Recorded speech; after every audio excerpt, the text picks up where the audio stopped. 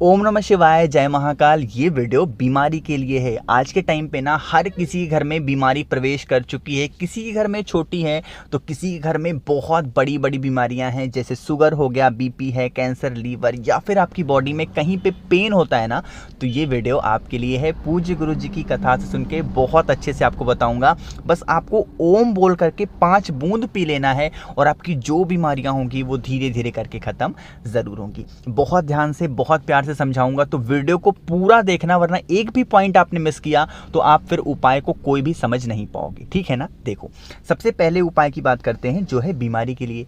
Screen पर आपको एक लोटा दिख रहा होगा। अब यहाँ पे जरूरी नहीं इस उपाय में कि आपको लोटा ही लेना है। आप चाहो तो ग्लास ले लो, कटोरी ले लो, चम्मच ले लो, कुछ भी ले सकते हो। कोई भी रोकने के लिए, जल रोकने के लिए पात्र लेना।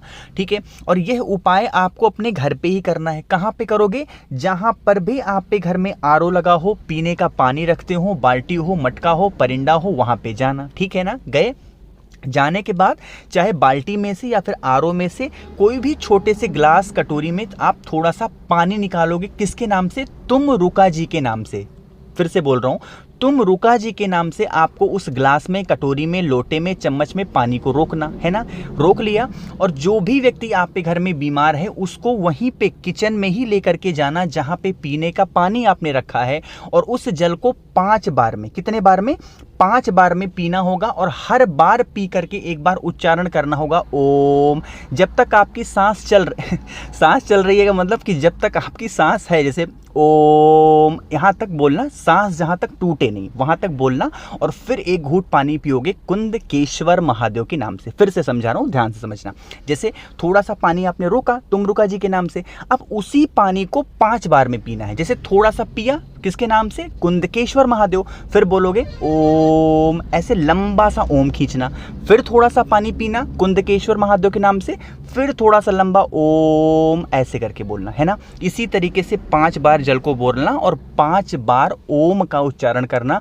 जो भी व्यक्ति वीक में, हफ्ते में 1 बार इस उपाय को कर लेता है, उसकी जो बीमारियां होती हैं सारी की सारी दूर जरूर हो जाती है ना। बहुत इफेक्टिव, बहुत प्यारा सा उपाय है। बहुत लोगों को फायदा हुआ है। तो जिसने अभी तक कर लिया है और फायदा नहीं हुआ, आप एक बार दोबारा करेंगे।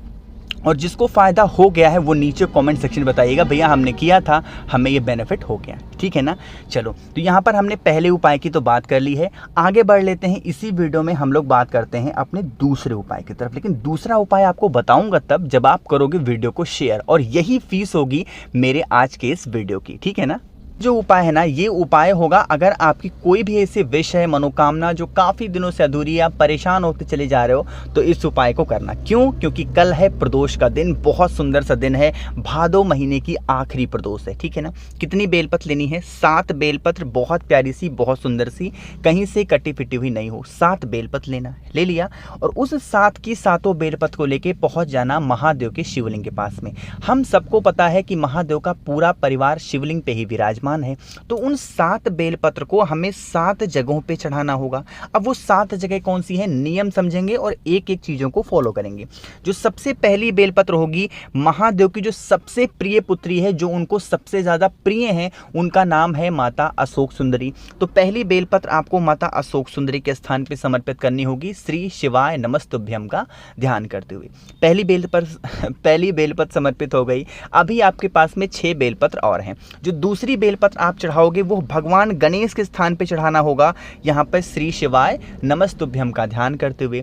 आपके पास में 5 बेलपत्र और है, तो तीसरी बेलपत्र समर्पित करोगे भगवान कार्तिकेय के स्थान पे, जो कि यहाँ पे भी श्री शिवाय नमस्तुभ्यम का ध्यान करते हुए समर्पित करना।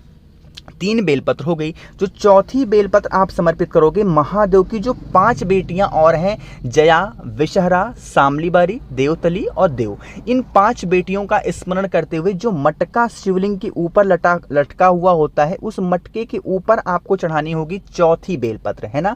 चढ़ा दिया। जितनी भी जगह आपको चढ़ाओगे हर जगह श्री शिवाय नमस्तुभ्यम का स्मरण ध्यान जरूर करेंगे। ठीक है। तो 4 जगह तो समर्पित हो गया। जो 5वीं जगह आप समर्पित करोगे वो वह समर्पित करोगे माता के हस्त कमल पर। ये जो स्थान दिख रहा है ना, ये है माँ पार्वती, माँ जगत जननी का हस्त कमल, जिसको हम लोग आसान भाषा में कटी भाग भी बोलते हैं। तो 5वीं बेलपत्र यहाँ चढ़ाना। और जो 6वीं बेलपत्र समर्पित करेंगे वह समर्पित करेंगे महादेव के शिवलिंग के ठीक ऊपर समर्पित करेंगे, जिसकी डंडी हो जाएगी माता अशोक सुंदरी की तरफ और पत्ती का मुख होगा वो होगा आपकी तरफ, है ना। तो 6 बेलपत्र आपने समर्पित कर दी। अब 7वीं कहाँ पे समर्पित करनी है उससे पहले एक बार रिवीजन कराते हैं। पहले आपने समर्पित की माता अशोक सुंदरी, दूसरा आपने भगवान गणेश, तीसरा आपने भगवान कार्तिकेय, चौथा आपने मटके के ऊपर, 5वां आपने माता के हस्त कमल पे और 6वां आपने भोले शंकर के शिवलिंग के ऊपर। अब जो 7वीं बेलपत्र समर्पित करोगे वो नंदी बाबा के जो सबसे प्रिय माने जाते हैं, उनकी सवारी नंदी बाबा के आपको चरणों के ऊपर आपको समर्पित करनी होगी 7वीं बेलपत्र। जो भी व्यक्ति प्रदोष के दिन, प्रदोष काल में ये 7 बेलपत्र 7 जगहों पे समर्पित कर देता है, महादेव उसकी सारी मनोकामनाएं, सारे विशेष बहुत जल्दी और बहुत आसानी से पूरी करते हैं। तो आप सभी को यह उपाय ज़रूर करते हैं। तो 2 चीज़ें आपको समझ में आ गई। आगे बढ़ते हैं इसी वीडियो में। अब हम लोग अपने तीसरे उपाय की तरफ, जो कि होगा धन संपदा और कर्ज मुक्ति के लिए। कैसे करना है, लेकिन अब आप एक छोटा सा काम कर दें, और वो है कि वीडियो को करेंगे लाइक। जितने भी भाई बहन मेरी इस आवाज़ को पहली बार सुन रहे हैं तो चैनल को सब्सक्राइब करिएगा, ठीक है ना। देखो, अब स्क्रीन पर आपको दिख रहा होगा कमलगट्टे, है ना। हमें लेने होंगे मात्र 1 कमलगट्टा, ठीक है। कहीं भी किसी भी पूजा पाठ के स्टोर पे मिल जाएंगे। देखो, मैं बार बार ठीक है बोलता हूँ। इस बात को मैं बहुत ज़्यादा एक्सप्लेन कर चुका हूँ कि मैं कोई भी चीज़ लिख करके नहीं बैठता हूँ। मैं जब कोई चीज़ उपाय आपको समझाता हूँ तो मैं इमेजिन करता हूँ कि आप मेरे सामने बैठे हैं और मैं आपको चीज़ें बता रहा हूँ। तो इसीलिए बार बार ठीक है निकलता है। तो इसलिए माइंड मत करना, क्योंकि अब ये हैबिट तो छूटने से रही, ठीक है। चलो, तो यहाँ पर फिर आपको दिख रहा है दूसरी स्क्रीन पर आपको सफ़ेद फूल, 1 सफ़ेद फूल भी लेना और 1 कमलगट्टे लेना। साथ ही साथ आपको लेना होगा 1 बेलपत्र, क्योंकि बेलपत्र क्या है, महादेव को बहुत प्रिय है, बहुत पसंद है। इन 3 चीज़ों को लेना और 1 तांबे का लोटा लेना, जिसमें जल भरोगे। कहाँ से? अपने घर से जल भरना। और जितनी चीज़ें मैंने आपको बताई, 1 कमलगट्टे, 1 सफ़ेद फूल और 1 बेलपत्र, माता लक्ष्मी का ध्यान करते हुए, किसका ध्यान? माता लक्ष्मी का ध्यान करते हुए इसके अंदर डालना और लेके पहुंच जाना महादेव के शिवलिंग के पास में। प्रदोष के दिन, प्रदोष काल में, प्रदोष काल कौन सा टाइम होता है? जब सूर्यास्त होता है, उसी समय को प्रदोष काल बोलते हैं। और फेस रखना उत्तर दिशा, नॉर्थ डायरेक्शन, और पूरा का पूरा जल कुंदकेश्वर महादेव के नाम से, किसके नाम से?